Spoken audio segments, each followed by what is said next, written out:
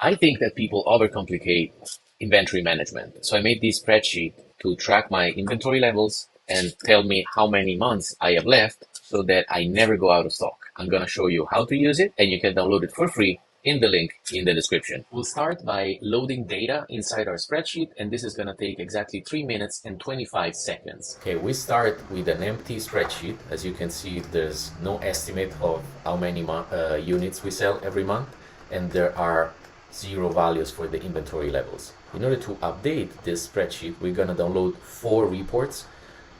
Each of the report will go in one of these sheets that are ready here. So we'll start from Amazon, where we're going to download 3 reports. So we start from Seller Central home screen, we go to Business Reports, and we want to download the detailed page sales and traffic by child item, since we want to know the inventory levels for each single products that we have. We're going to select a time frame that is a year or less. So today is February 4th. I'm going to select, let's say, February 6th, 2024 to now. We apply, we download it, we open it, and we copy everything inside our spreadsheet into import Amazon orders, specifically here.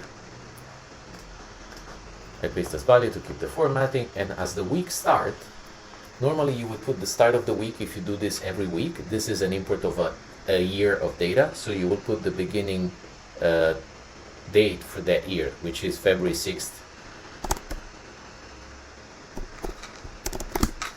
2024, and we copy it all the way down here. Now you can see that after importing this, our monthly units sold updated with the actual numbers that we're selling through Amazon. So we sell 22 units of this every month, 8 units of this, 41 units of this, 11 of this, and so on. Now we're gonna update these 3 rows. We go back to Amazon. The first one we're gonna download is for Amazon FBA. We find it on reports, fulfillment. There's something called restock inventory. You can request a CSV download. I've done it already, so I can download the one I had previously requested. And same thing, once it's downloaded, we copy everything and we paste it just here. We proceed to Amazon AWD, back to Seller Central. I have the bookmark over here that takes me directly to Amazon Warehouse and Distribution. We go to Inventory and we download the AWD Inventory Report, and we just have to paste it in our sheet. The final one is going to be Flexport, which is specific to me because I use Flexport right now. If you use any other warehouse service, leave a comment below and I will update this spreadsheet with the format that you need for that. On Flexport, we go on reports and we're looking for something that is called inventory levels today. We create the report. It takes a few seconds. I've done it before, so we can just download the one I've done previously. And once it's ready, we open it, we copy everything inside the sheet, and it's done. So now, back here, we have all the information that we need.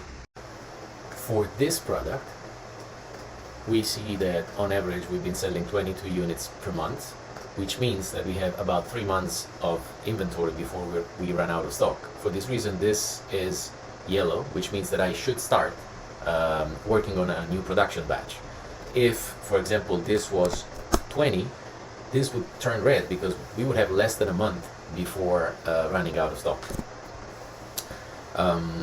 On this other product, we are good in terms of general inventory, but on Amazon FBA, we only have 6 units, which means that we may have some gap if we don't refill our FBA inventory soon. And in fact, while I'm working on a new production for this product, my virtual assistant is taking care of refilling Amazon FBA with a shipment from Flexport. For my other 2 products, which are skateboard lights, I'm pretty good. I actually have too much inventory, if you ask me. Like, I have 23 months of inventory with the current sales, almost 30 for this one. So my problem is now having too much inventory and having to find a way to speed up sales or maybe dispose of extra inventory to avoid paying too much in storage costs and long-term storage fees. I hope that this was helpful. You can download this spreadsheet from the link that you can find in the description. If you have any questions, please leave a comment. And if you want me to adapt this spreadsheet to any warehouse or 3PL solution that you're using, please let me know.